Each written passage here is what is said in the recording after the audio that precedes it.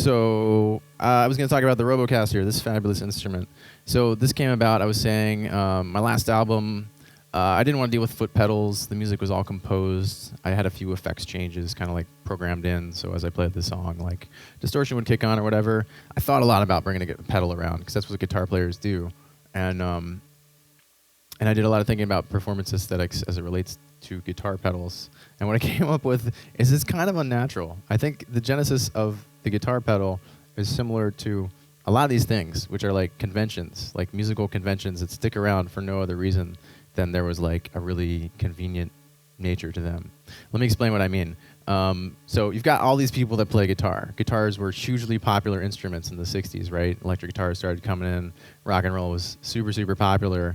And then people wanted to do new things. They wanted new sounds. They saw, I don't know, their hero, Jimi Hendrix or somebody, you know, playing a wah-wah pedal, and like, you know, everybody wanted one of those things. So the easiest step, I think, done a lot of thinking about this, you know, is to like ask the player, if you're gonna ask the player to do something new, like ask them to change what they already do as little as possible, and ask them to maybe, you know, do something else that's really easy, right? So what's really easy is like, I just stick my foot forward and flip a switch, right? That's pretty easy to ask somebody to do. So you just got to remember, you know, as I'm playing along, like we get to the chorus, I just have to do that before the chorus and do it again at the end of the chorus. So that's really easy, right? And then maybe a step above that is something like a wah-wah, a continuous pedal, you know, with a filter. And okay, I just got to, you know, walk over to this part of the stage, and as I'm, you know, playing this part, like rock my foot back and forth in time with the music. You kind of do that a lot anyways, right? Like, you know, so it's not too hard to get people to do that. And I think that's the whole reason, like, effects exist in foot pedals, because the guitar got so popular, and that was the easiest way to get guitar players to adopt effects. So I started thinking about it for my last album. I decided not to do the foot pedal, mainly because, like, the audience gains nothing from it. I don't know audience members who are like, yeah, he hit the pedal, you know? And I watched some of these shows, like I watched a live Muse concert, phenomenal guitar player, right? And they do it right. Like when he's doing something cool with a pedal, like they've got a cameraman like right up there on his foot, you know, and then one on the fretboard and one over here, and they're cutting between them and doing all this stuff, you know. And that's the only way you could translate, you know, is if you have a multi-camera crew, you know, and a stadium full of people. I don't know. Anyways, it's kind of hard to translate the pedal for the audience, and so I got to thinking, like, is it really that useful? So I didn't do anything with it my last thing, and this time around it was like, I want to play those sounds. I want to be able to like crank up the distortion or do something, you know, do something in real time. And I've been doing so much work with the MOJO. I'd been practicing this thing, kind of almost like practicing my scales, you know, and learning how to. It's not a great song to do it with, but you know, just doing the kind of things turntablists do, controllerists do, developing facility on this instrument. I would do that a little bit each day, and I got so into it, you know, I thought like, maybe if I had controls like that on the guitar, and it was the experience I told you about where, you know, once in a while in most intense part of my performances, I would play MOJO and guitar at the same time, and it was really cool. So the idea of this was born, and the way I build up ideas like this these days, I think is really helpful for you guys. So I took my old guitar, this Brian Moore, it's a now defunct company, but they make great guitars, and I just stuck these controllers on it. I got these, Novation gave me these things called dicers. There's these little triangles made to sit on the corner of a turntable, and what's great is they're like the smallest MIDI controller, I think, in existence. You know, it's literally this big, and it's a USB bus-powered MIDI controller with a bunch of buttons. So I Velcroed one down here, Velcroed one up here. Actually, I put Velcro all over so I could like try it out in different places. And I played a few shows like that, and it wasn't really like super fun or wasn't blowing anybody's mind, but I did, you know, enough messing with the software and like, what should I control? And I came up with this idea, which is the buttons to control a pitch shifter. And I started messing with that.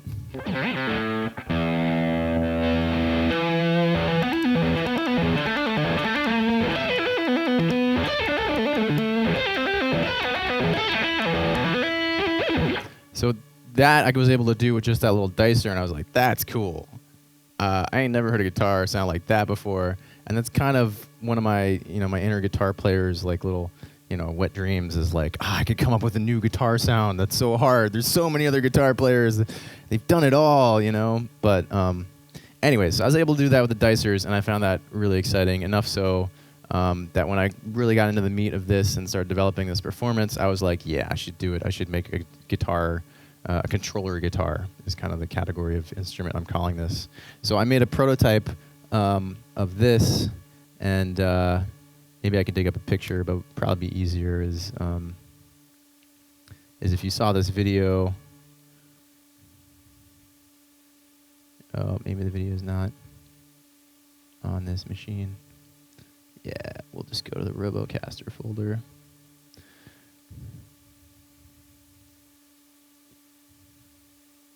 How about this? I just want to show you the prototype for this guitar. And the prototype, I think it was the young woman in the red who asked about prototyping this. Yes. So the first thing I do is find the thing out there that's closest that'll let me just try the basic concept. So that was finding the dicer and velcroing it to a guitar. That would be the first thing. And then the next thing is to hack up something or some things that are pretty close to what I want. So this is a guitar that I bought, like, I don't know, 6 or 8 years ago to take to Burning Man and destroy. And didn't get destroyed. It got well played and covered with stickers. But this is what became the prototype of the Robocaster. I was calling it the Skeletar at that time because it was gonna be like this skeleton thing that I tried different panels on. But basically, yeah, these were like the sort of ideas for it. I drew out this panel in SketchUp. I thought about, I put pretty much every sensor I could think of on there. That would be fun. I mean, there's things that I've just decided aren't going to be terribly fun for music, like humidity sensors and heartbeat. Heartbeat could be cool. You know, I'm jogging and it's getting faster. Jogging really hard. Yeah, I don't know. But what does this thing look like? Oh, this is the finished one.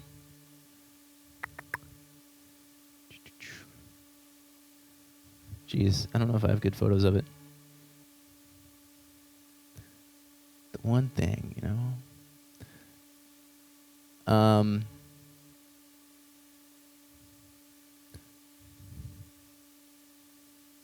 Well, that's okay. The point is, I took that blue Ibanez and I literally like chopped off the bottom half of it, and then I just cut a piece of metal out in the shape. These drawing tools, these CAD tools, like SketchUp. I can go ahead and open one of these. I guess we'll open up the most recent, and you can see back in time.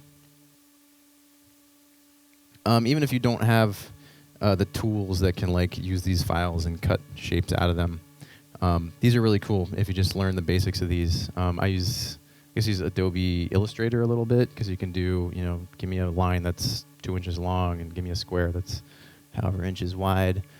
And then I use SketchUp. SketchUp's, I think, a lot hipper because it's free. And it's 3D. And I'm not super deep into the 3D components of it, but maybe you are. Is SketchUp good for just about any instrument or just guitar?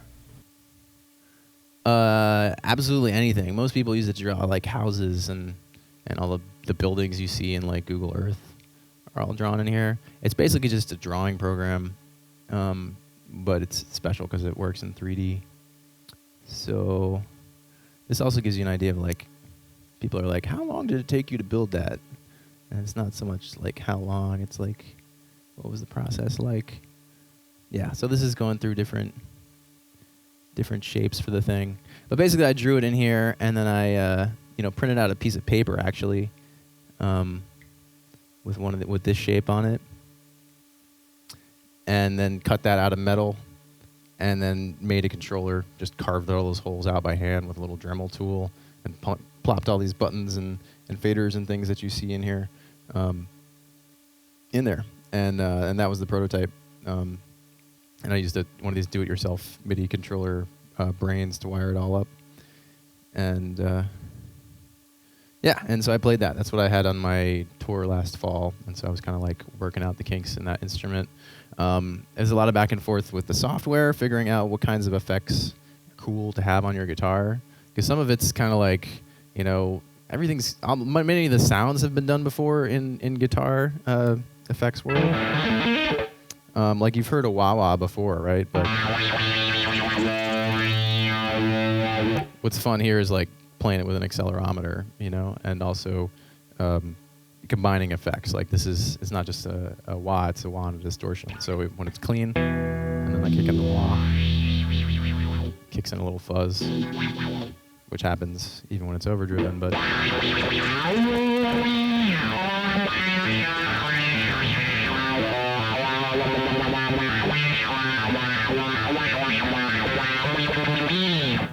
so just kind of a different way to play an old effect. It's a similar thing with the buttons. It was a new, you know, when people haven't used buttons to do the pitch shifter.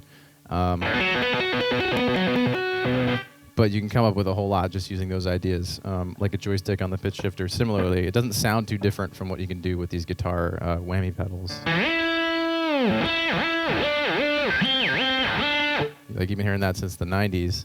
But the fact that you're playing it with your hand and not your foot means you can articulate it in a lot more accurate ways and do more things. Like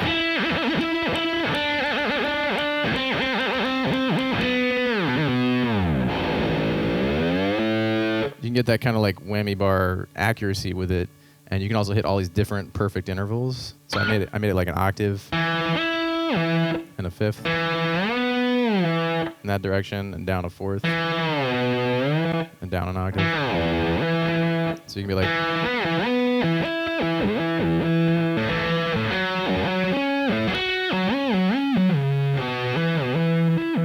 you know, so I haven't really done a whole lot with the joystick. I have done a lot with the buttons. I've got all these little practice routines, you know, where I practice my, like, put a beat on or something, and I'm like,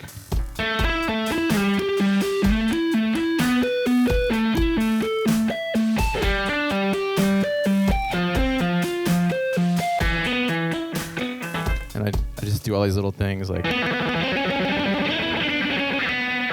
trills and patterns.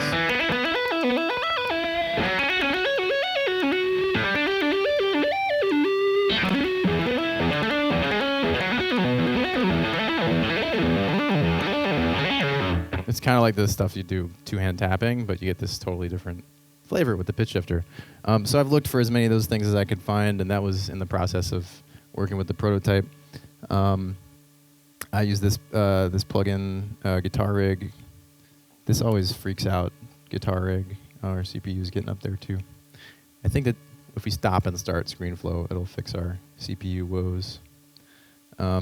So I use this for guitar effects. I was building some in Ableton and some Guitar Rig, and I found that just sticking to the Guitar Rig universe to do all the guitar effect designs was kind of simpler. And what's great about things in here is they're a little less CPU efficient. Always freaks out when you open the interface. But they're all like, they're dialed in, they're kind of juicy, you know, like they're not, there's nothing as raw as like, you know, just a low-pass filter. It's like a low-pass filter emulating the filter in a Prophet 5 synthesizer from the 70s, so it sounds really good right away. So that's what all these effects are built with, and there's just a ridiculously complex chain I won't get into. You can like fold them into these. Oh, are we frozen? What's going on here? No, we're just thinking. Think about it. There's these little containers that fold down into all these things, and then there's like one thing mapped to multiple destinations, this like smart knob or macro mapping thing. But anyways, I went through that process a while with the prototype, came up with some ideas that I really liked, and then I teamed up with my friend Ben from Visionary Instruments in Oakland. He makes custom guitars for rock stars, and we were like, yeah, you make guitars, I make controllers, let's do this thing. And that's kind of how it went down. And I revised the layout. I got really into the ergonomics. You know, this is very much based on how guitar players play guitar. So there's things like the angle and the placement of this fader is like kind of an extension of your strum, you know. So you can easily do your volume swells, like, you know, or without the drive. You know, it's a little more natural than that volume knob. You grab your pinky or whatever. And same with these touch strips that I use for filters. You know, I kind of angled them, you know, the kind of way that your finger wants to swing out, you know, when you're down here playing stuff. This is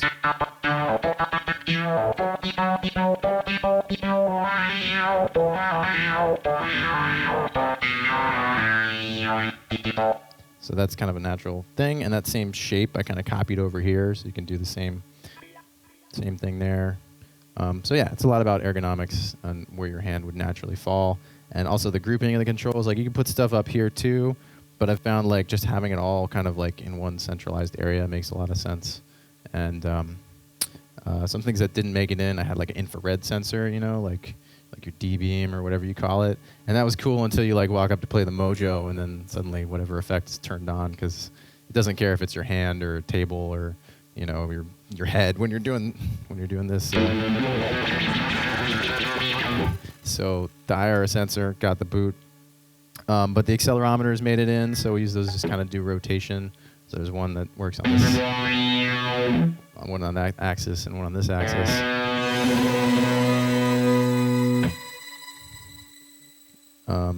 And there's a pressure pad.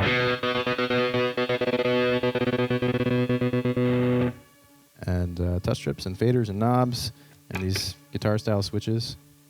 And yeah, that's the Robocaster. Any questions about that?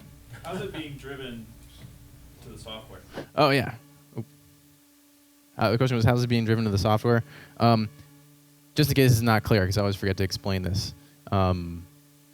This may not be the answer to your question, but this is a MIDI controller built into a standard electric guitar. There's no processing that goes on in here. There's a little Arduino brain in here. It's a really stupid, cheap, simple computer. It's the same as one in, you know, any, I don't know if there's MIDI controllers back there, but the MIDI controller in front of you, there's a stupid little computer inside that keyboard. That's all it's in here, and all it's doing is sending out MIDI messages over a USB cable, and those come into Ableton, and you can see Ableton's little MIDI message lighting up here whenever I tap a button. So that's all the MIDI controller does, and then it's just got a regular 1/4-inch jack, which is, you know, hooked up to this one pickup, and a volume knob. So it's just electric guitar and MIDI controller side by side, but there's nothing more fancy than that, just a controller and electric guitar. So that's why I have two cables. One's for the guitar, one's for the controller. Question? Yeah, is there a chance you could show us your actual, like, your I/O for that? Because, like, how would you, does Ableton Live recognize it as an actual instrument? Like, how did you, so is it, like, pulled down as a drop down and there's an actual, like... Yeah, I'll show you.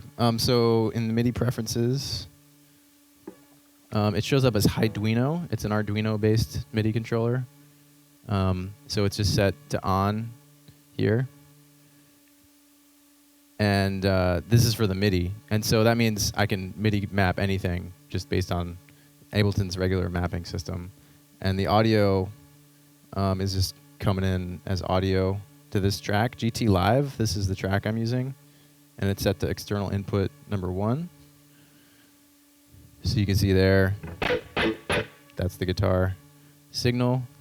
And without guitar rig, so this is just a straight up guitar. No effects whatsoever. And guitar rig is really the only thing affecting it. Does that make sense? Okay. There's one further confusing thing here. Not to confuse you, but just to make sure you understand. If you ever want to control VST or audio unit plugins with MIDI, maybe you've tried to do this. I used to do this all the time with Reactor. I used to use Reactor everywhere, kind of like you can use Max for Live now. And there's this really annoying thing of like, MIDI doesn't go to the plugins by default. The way you can like hit Command M and everything turns blue, and then you just point to something, you know, and then press a button and it's MIDI mapped. Like, it doesn't work with your plugins. Like, even in a plugin like Guitar Rig that's really advanced, it has a system like that where you just right-click and you say learn, and then it's listening for any MIDI message you send it. They don't go to plugins by default. You have to create a MIDI track. So that's what this MIDI track, GT MIDI is. It's just kind of like a MIDI patch cable. It just takes MIDI from this controller, the Arduino, and sends it to the track where that plugin lives. and to that plugin. So this goes from this is the MIDI from Arduino going to Guitar Rig. So this is just a tip if you're trying to do anything like this, which I highly recommend you do. Is you may have to like route like this to get MIDI going to your plugin. Cool. And each of those is just sending regular controller messages? Yeah. This just sends super generic MIDI. You can use this with Guitar Rig or with Ableton or with any other piece of software. I got to give a lot of credit to my brother John, who programmed the Arduino to do all the cool stuff that it does. And what's really important there is like there's a do-it-yourself brain inside this controller, right? And it doesn't do a whole lot of fancy things. This kind of does some fancy things inside. You don't see a whole lot of accelerometers or joysticks on MIDI controllers made in the last 10 years. And it's not because they're terribly expensive. You can find joysticks not too dissimilar from this one that are super cheap. The ones made for like PlayStation joysticks and whatnot. Wicked, wicked cheap. But it's because those sensors are a little trickier. They're trickier to deal with in the firmware, like, you know, because they're made on these like imperfect, you know, potentiometers that when they're in the middle, like they are with the joystick, they're never electrically like perfectly in the middle. You know, you have to do fancy things in the instrument itself to say like, well, if you're anywhere between here and here, you're in the middle. Just stay in the middle if you're here, you know. And with the accelerometers, similarly, the data that actually comes out of an accelerometer is like, you know, if you just like go like this, it goes like, and it's always kind of bouncing around. It's never, you know, these things are really sensitive, and they're not, you know, a standing still kind of thing like this. You know, it's based on a motion, any kind of motion. So you have to kind of like smooth that out. And if you want it to like do something like it's doing here, where it kind of it turns something on after a certain, so it comes on, but only like right there. So there's a little threshold and angle that we had to set like in the Arduino firmware.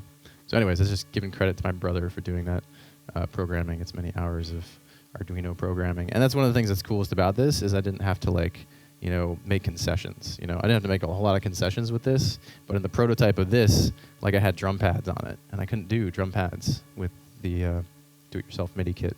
I think you can with some more modern do-it-yourself MIDI kits, but I couldn't at that time, which was kind of a bummer. So there's no drum pads on the MOJO. Anyway, any other questions about Robocaster? Awesome. You want to ask a question? No. Okay. I thought I'd talk about this thing real quick. This is a really simple piece of technology. This is a total prototype. So this is kind of where this guitar was, you know, when it was all that hacked up Ibanez. And, you know, I like to go through the same things. I did the same thing. It was a little Novation dicer, you know, stuck on top of the microphone to see if that was cool. Then it was actually a Nintendo, old school 8-bit Nintendo gamepad, you know, because I thought that was cooler than the dicer. And that was a prototype for this little thing. This is the MOJO extension cable. This is really cool because I decided I wanted effects on my mic, and I wanted it, effects on my vocal, and I wanted it really simple, just switches, because like I was saying, I'm not an experienced vocalist. I'm just trying to focus on singing correctly, but I really wanted there to be something on the mic for when I change the sound of the mic. So I just wanted buttons. So yeah, I figured out a bunch of things. They got to be easy. You got to be able to feel them. These are really easy to feel. They got to be ergonomic. These are very ergonomic. I wasn't sure where this thing should go, you know. I thought maybe it should go on the mic stand, you know. I do like this dynamic of like sometimes I just put the guitar down and I'm just doing a vocal song and I'll do the MOJO, but sometimes it's cool to walk around with the mic. So, you know, this clip thing gave me that a possibility. Like maybe this is what it is. Or maybe it's both. Maybe it's a clip that goes, you know, I don't know. Maybe it straps onto your arm. There's no answers for these things.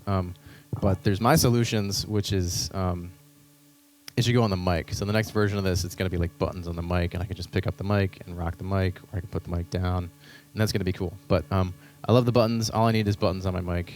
And so for all this kind of prototyping, I just put extensions on some connections to some buttons in the MOJO. So a cool thing about buttons is they're just two pieces of metal, and when they touch, they send a signal, and when they don't touch, they don't send a signal.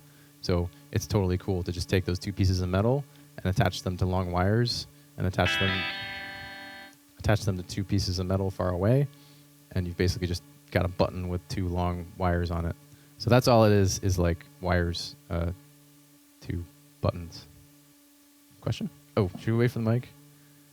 I feel sorry for them, for the passer of the mic. It's like... I'm a singer, so I want to do something like that. Uh-huh. I'm just wondering, do you have another setup for another mic that you would use for recording and just implement the same effects? Or since dynamic and condenser mics are so different, what's the synchronization, I guess? Yeah, I've been learning about microphones like pretty seriously for the first time. There's still a lot I don't know. Yeah, this is not what I'm going to use for my studio recording, but for all these scratch recordings, I'm using this nicer dynamic mic. I went and played. I read up on it, and you can choose between dynamic and condenser. These are the two most popular of live microphones. Condensers typically like sound more natural and better, but they're more fragile. So that was one thing I was worried about, is like you drop your condenser microphone on stage, which I've done. Not my condenser mic. I've dropped my dynamic microphones on stage many times. They're totally cool. Something like a Shure SM58, which is like this workhorse thing. You can like, you know, it's fine. You can't do that with a condenser, so I went with this dynamic, but I don't like the sound of it as much. And if you look at like the EQ that's on this is this first EQ here. This is what's on my microphone, and this is just kind of like to make this thing sound more like a condenser. So I don't know the answer, but I'm also gonna borrow another idea from Beardy Man. I think if I can afford it, he's using this $500 live condenser from Shure. So I don't know. It's not in my budget right now, but it might be in the near future. But for recording in the studio, I'm just using I'm actually, longer story, I'm using a studio to help me record my vocals for the album, because it's really hard to self-produce your own vocal performances. So we're using like a super nice condenser microphone. So you wouldn't try to create an integration between your live one and the one you use for recording? I might. Actually, like I'm going to try out that $500 mic because I know like the Shure rep in San Francisco. I'm going to see if I can borrow it and just try it for like a day. And if it like rocks my world, because it's $500, I have like my condenser that I record with at home is like a $200, cheap. That's cheap for like a studio condenser mic. So, I mean, if it sounds awesome, maybe that's what I'll use, and that will integrate the two worlds a little bit better. It's kind of tough. Like this is a really expensive guitar, but that's because like I've been playing guitar for so long. I am a guitar player. If you're a vocalist and that's your thing, maybe you want to spend as much on that microphone as I do on my guitar. But no, you don't. Yeah. Well, I'll talk about this vocal chain, and maybe that will help you understand one approach to making a cheaper live mic sound more like a condenser.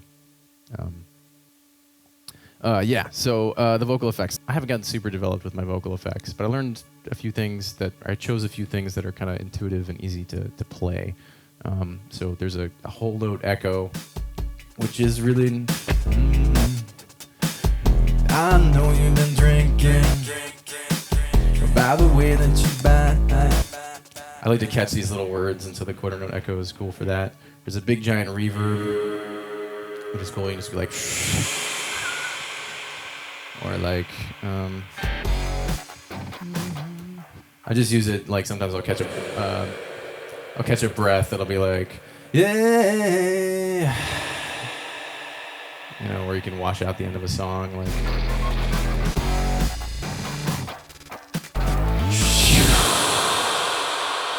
Stuff like that. I've got two distortions. One is kind of like this megaphone-y kind of thing. These are all made with Ableton devices, so this is Ableton's saturation with EQ on either side to give me this kind of megaphone style thing. And then I got this is the lo-fi downsampling, bit crushing. Yeah, that's mostly what's going on here. And then I got this, just a quarter note capper, which is cool. Drinking by the way that you buy. That's a little chopper thing, and then this is a beat.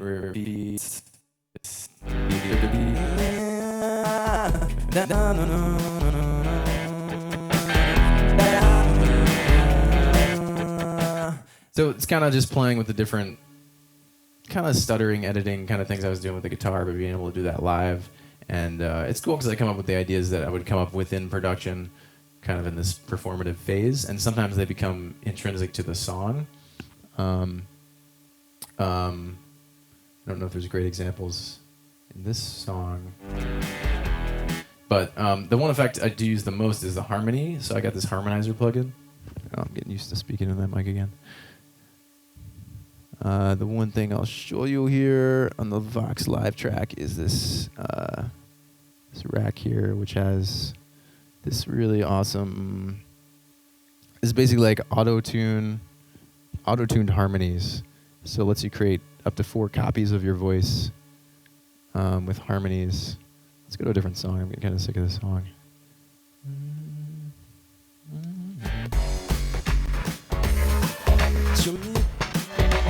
Don't you? No, I am not your mirror. Don't you look at me like that. No, I. And it's cool because you can say whatever you want. You can sing any pitch. And they're right there with you. So that's controlled by this MIDI loop. So I have a MIDI loop that goes with all of my other loops. So these are the background harmony parts you're hearing. Get a pitch reference.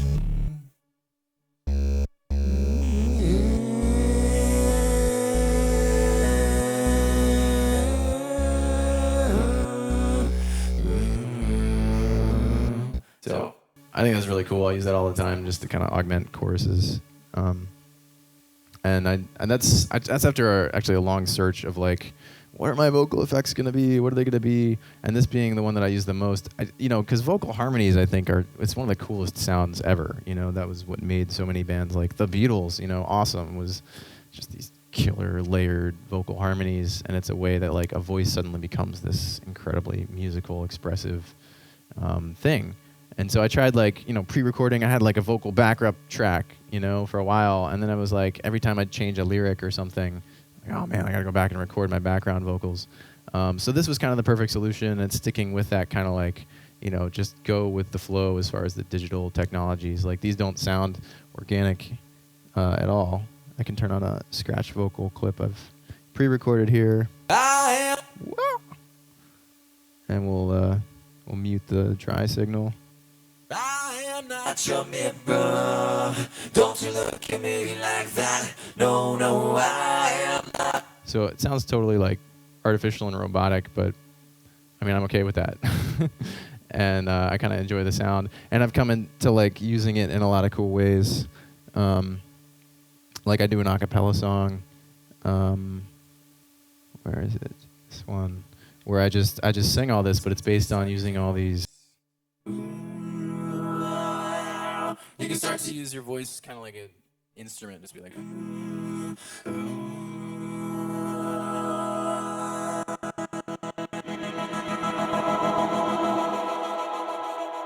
Just come up with weird sounds, and this one I got. Cold December. I know. I choose the end. I choose how. I choose when. I choose now.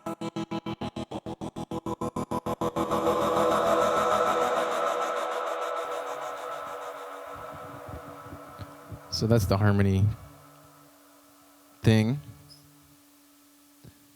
And that's pretty much it for the vocals. It's not rocket surgery. Microphone for the... About the harmonizer, it looked like you had chord changes every bar for a 4-bar loop. Mm-hmm. So do you do that for every song, or do you have sort of already, like you've already, the parameters of the harmonies that you'll be needing for your actual performance, and just have like a set template with those choices of changes, or is it more well, this one I just customized? did was an exception where it's an acapella tune. It doesn't have any backing tracks or whatever. So I chose to use the harmonizer as a way to like trigger different chord changes. But for every other song I've written so far, I just have pre-programmed harmonies that go with the song. So.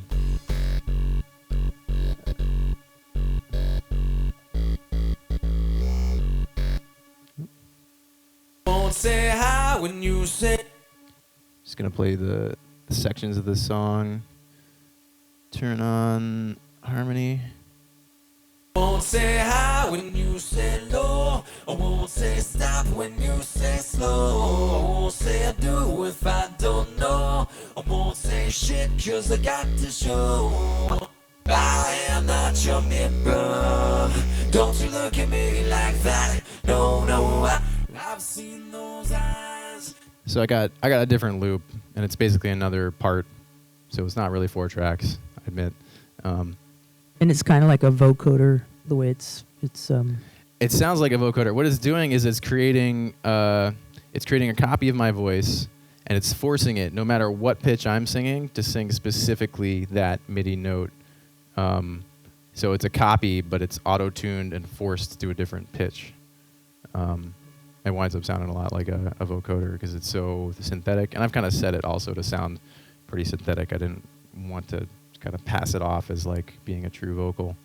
But if you used your guitar as the source Ooh. through the harmonizer, essentially that would be duplicating what a vocoder does, right?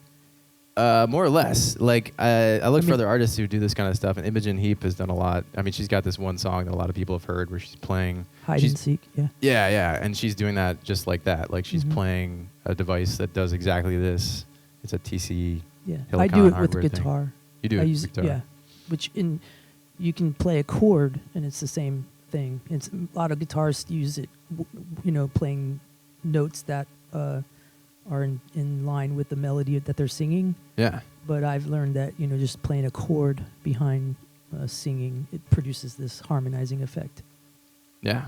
Oh, that's a cool way to do it. Yeah. Yeah. Any other questions, comments about the vocal stuff? Well, thanks. I like it too.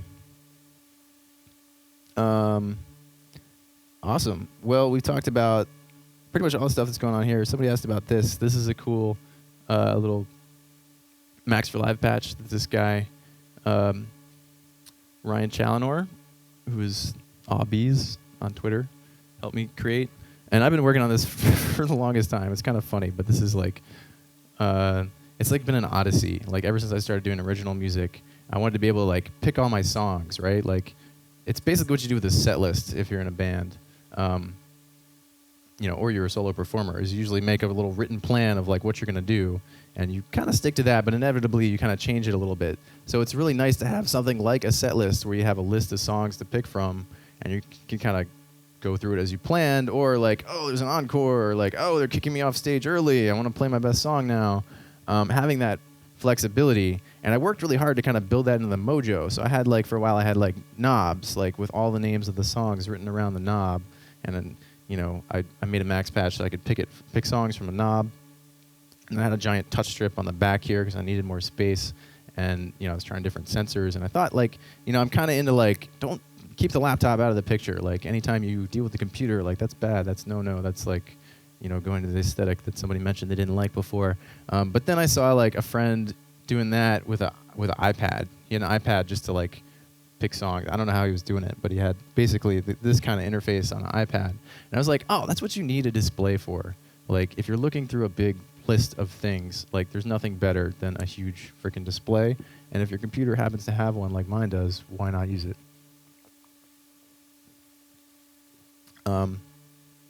So that's where this idea came from. It was like, it should not be a knob on the controller. It should be this. And so what this does is it builds this set list from a text file. Let me show you how it works first. So I build songs in banks of 8. So I could have up to a song with up to 8 sections if I wanted. Turns out I really don't write songs with 8 sections, and not that many people do. More like 3 on average. So this song is codenamed Shut, and it's song number 1. I give each song a number as I write them, just to kind of like help with naming patches and stuff like that.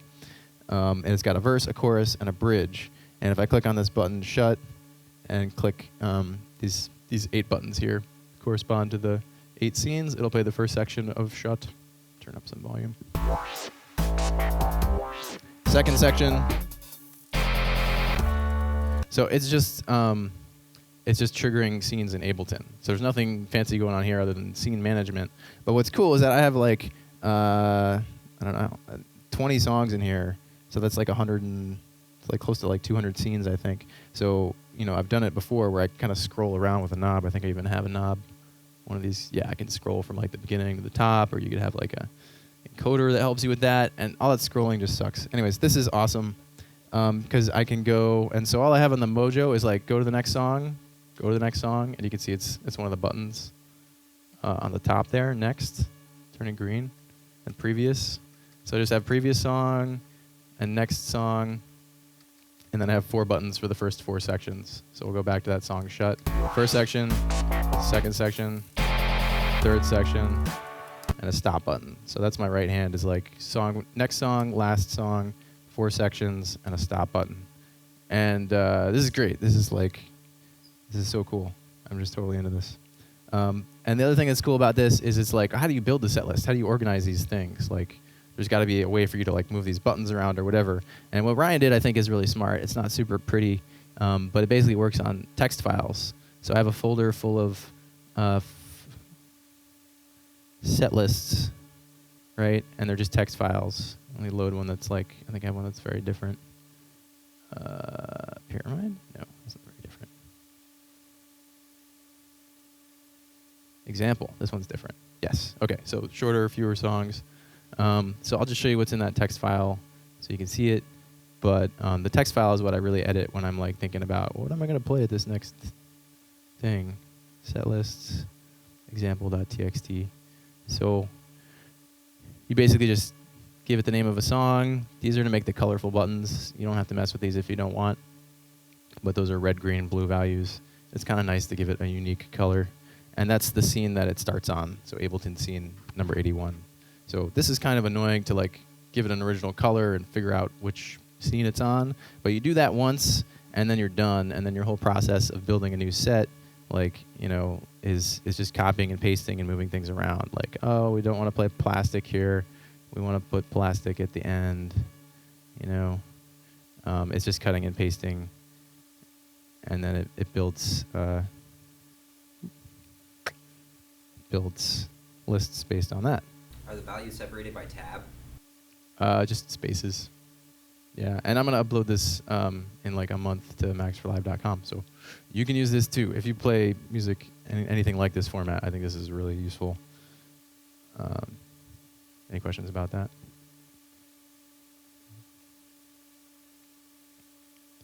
Cool. So where's this going next? So I've got a whole bunch of songs. I kind of like refer to my lyrics folder. These different punctuation marks, tildes, and minuses indicate like how finished these songs are. But basically, like all these songs, I'm planning to record an album with. These are a few that I'm going through like final revisions. I've decided I'm going to work with my man Yosh at Faultline Studios here in Soma. It's a really great studio because I'm comfortable, doing most of the recording and producing tasks, except for like recording my own vocals is like a really challenging thing. He's a great producer. He comes up with good ideas, and that's kind of what I'm lacking. Is I've been playing these songs for like up to 2 years, and sometimes I'm kind of just doing them in these like same old mechanical ways, and I need a new idea for the third chorus to keep it interesting, and he's there with a lot of those ideas. So I'm gonna record vocals with him. I pop all this stuff out of here and put it into Cubase, which is what I've decided to actually produce the record with, because Cubase has all these extra fancy bells and whistles that Ableton doesn't. The learning curve is like super, super steep. I mean, I've used it before, but now I'm like relearning it, and it's like, oh my God, there's an editor for freaking everything.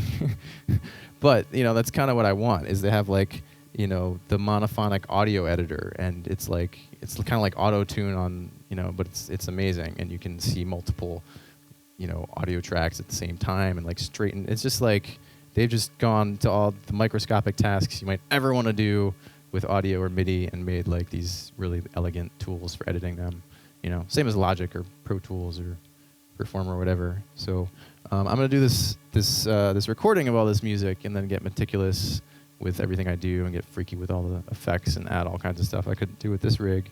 But before I do that, I'm gonna do a crowdfunding campaign. So that's kind of what I've been building up to, and that's why I've been working really hard. It's been designing a new piece of artwork. Part of what made my last album so popular was the artwork. I made this like circuit board in the size and shape of a CD jewel case, and I had a musical instrument built into it. So I'm doing something similar with a cassette case, actually. No cassette in it, but it's another like little musical instrument that's going to be like the album artwork. And I'm doing a Kickstarter crowdfunding campaign and doing this this whole video to like tell the story that you guys have just heard, and basically fund recording this thing and getting a proper recording microphone, like beefing up my studio, getting a mastering engineer, a mix engineer. I mixed my last album, but I'm not fooling myself. I'm not a mix engineer. I spend way more time writing music and playing music and coming up with sounds, and a whole lot of time like dealing with these instruments and multitudinous other things. I've not had the time to become really good at mixing, and there's so many people who are just like awesome at it. I'm going to work with probably with Count, Mikhail Eldridge, I think his true name is. Shouldn't reveal that publicly. With Count to mix it, and anyways, I'm working with all these great people, and I'm going to do a crowdfunding campaign. So I've been learning about Kickstarter and writing a video script and doing all that cool stuff. So the most important thing I want to share with you guys is these sideburns. Because I know you want to know like what the origin of the sideburns is. And they're actually shaped like my home state of Maryland. More or less. That's what I was going for.